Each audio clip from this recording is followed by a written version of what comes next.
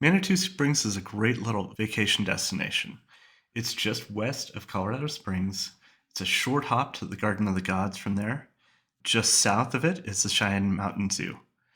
There's a cliff dwelling and a museum in town.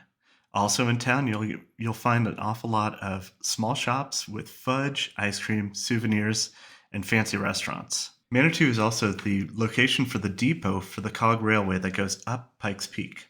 I'm actually going to the same parking lot as the cog railway. So just a minute ago, I was passed by a man running the other direction wearing nothing but shorts. I love this place.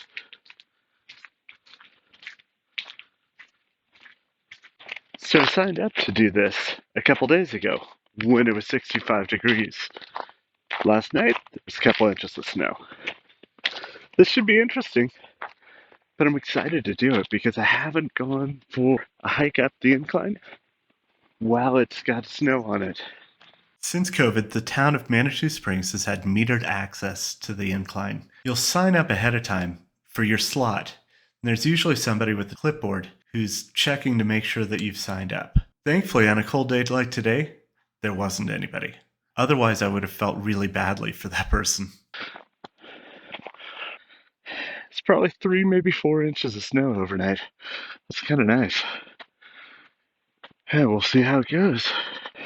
First, there was a gentleman coming down right after, or right before I got up here. Looks like there's one up there. So we'll see.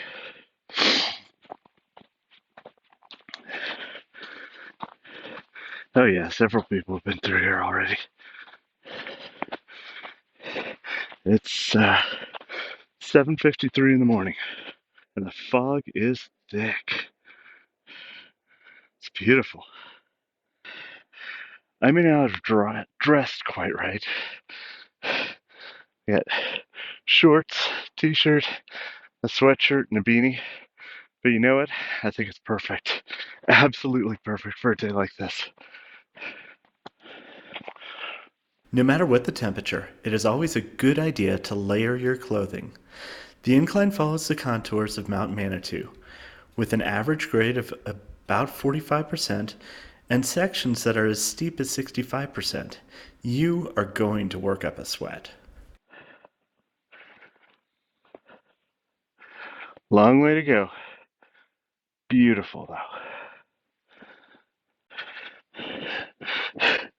Love the signs.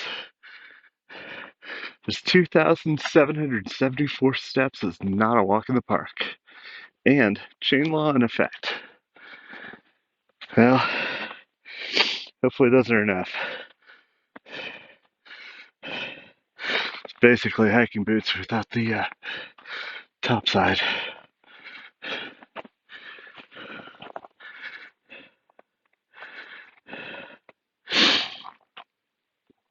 It's beautiful though.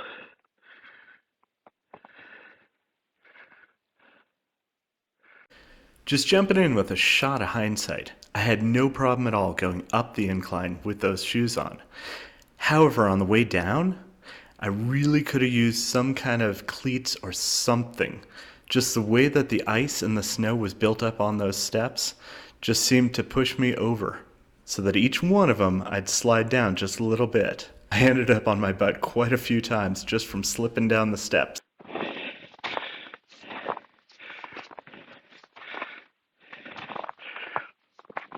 The incline was originally built as a track for a cable car so that they could haul men and material up the mountain in order to build the water system that supplies the cities of Manitou and Colorado Springs, as well as the hydroelectric plant that's at the base of the incline. Once its first job was done, the incline was retasked as a tourist attraction. It first took passengers up the mountain in 1908, and it remained in operation until 1990. Some of the local histories blame a rock slide, others blame a decrease in ridership. The rails and a lot of the infrastructure was pulled out, but they left the railroad sleepers in place, and that's what formed the basis of the stairway that we know right now. It was technically illegal and trespassing to hike up the incline until February of 2013. It took a coalition of several local governments and agencies to be able to make it legal.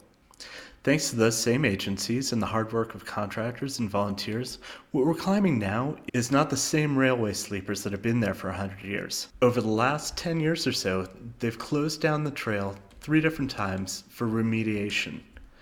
They installed new retaining walls and new sleepers. Everything there is a lot safer than it used to be.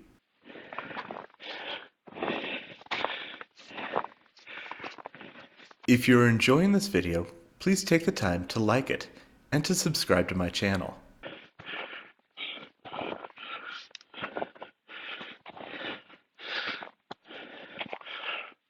For well over a decade, I've made it a point to go up the incline 3 or 4 times a year. It's a very pleasant way to spend a few hours passing through a picturesque little town and to see the nature around me revealed as I climb higher and higher on the mountainside. It is a great test of endurance and a reminder of my fitness levels, and why it's important to drag myself out of bed on weekday mornings for a swim or a row before work. Up until this point, I've always done this hike in the spring or summer, loaded down with extra bottles of water, pushing through the clump of humanity at the base.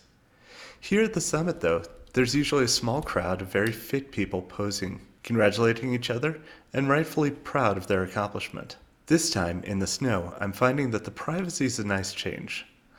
The sense of community and shared experience is still there, though.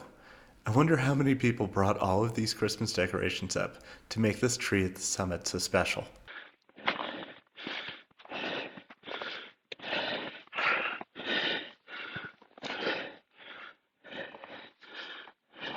One of the ladies coming down as I was heading up had told me that the fog we were hiking through had ended just before she hit the summit and gave her a magnificent inversion zone view where you seem to be looking down from above the clouds.